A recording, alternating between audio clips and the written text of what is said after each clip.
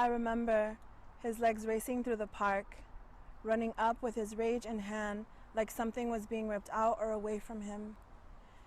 I remember when he reached us, how he gripped the soft of her neck, demanding her eyes, controlling her breath, the parts of her that he could. I remember not knowing what to do, feeling nauseous and scared and small. And she couldn't look over to me. She was unresponsive to me. How could she be anything but? I remember trying to make sense of the situation.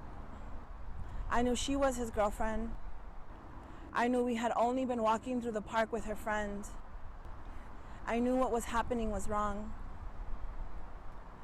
I remember running up porch steps and inside the house to tell them how he yelled at her, as if his words could come any closer to her, how he moved her around by the grip on her neck, how she stood resisting in silence.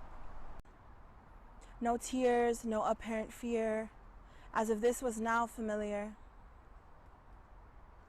People in love fight, they said. I was told I was young, that I would see it differently someday. I was told I was young and I would see it differently someday. We were taught it was a personal issue. Una pareja de dos con tres ya es chisme.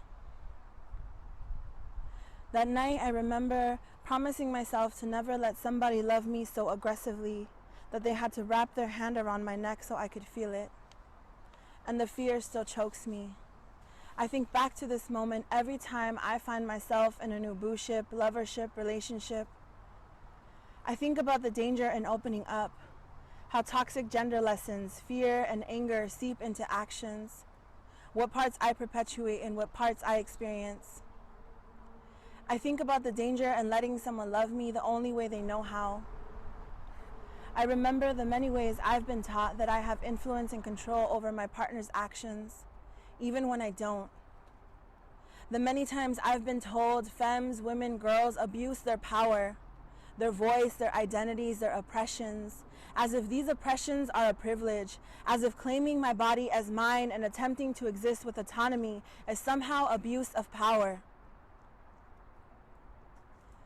Their life lessons, their gender lessons, mixed with fear and shame and types of communication, are truly beyond me. Not my job to deconstruct, rebuild, but I do it sometimes, many times, show up only to be left exhausted.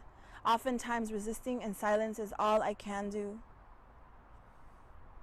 Their life lessons, gender lessons, mixed with their fear and shame, types of communication, more often become my invisible labor, my fault, my hurt, my baggage, the reasons I don't respect or love myself, the reasons I never learned to choose better partners. The first time I filed a sexual harassment complaint, he said he'd never met me. He saw me once in a while, but he never talked to me. He requested a department switch, and that was the end. My boyfriend at the time was upset. How could you do that to someone? He asked me. It can impact his future. It can go on his record. He hovered over me as I sat on the edge of the bed. How could I do that to someone? I began to ask myself. Shades of black and brown masculinity get stopped, questioned, locked up, shot up, criminalized just for existing. I knew this. I've seen this. I've been hurt by it, heartbroken by it. How could I do that to someone? He asked me. And all I had ever been taught was that this was a personal issue, so it was hard to look beyond the shame.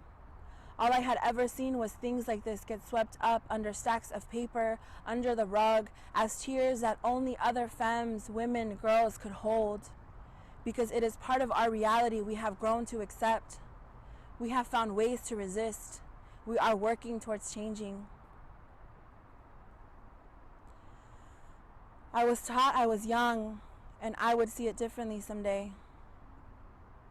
I'm 25 and I keep wishing we could see it differently. Because all someday brought with it was heartache. Growing pains are norms built and cultivated for brown femboys like me. to survive, to learn to come back from, to wish I never embody. Memories to live with that only confirm I am disposable to some. Oppression is intricate, layered. It is heavy and unforgiving. Even those that strive to re-envision, redefine, reshape, can fall into the elusive, yet at moments tangible safety that our privileges provide. Oppression is intricate, layered. It is heavy and unforgiving. I tell myself as I try to hold multiple truths and soothe my own wounds.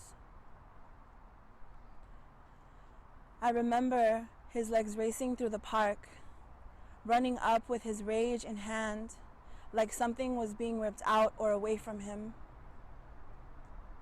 Running towards himself. I wonder if he ever made it.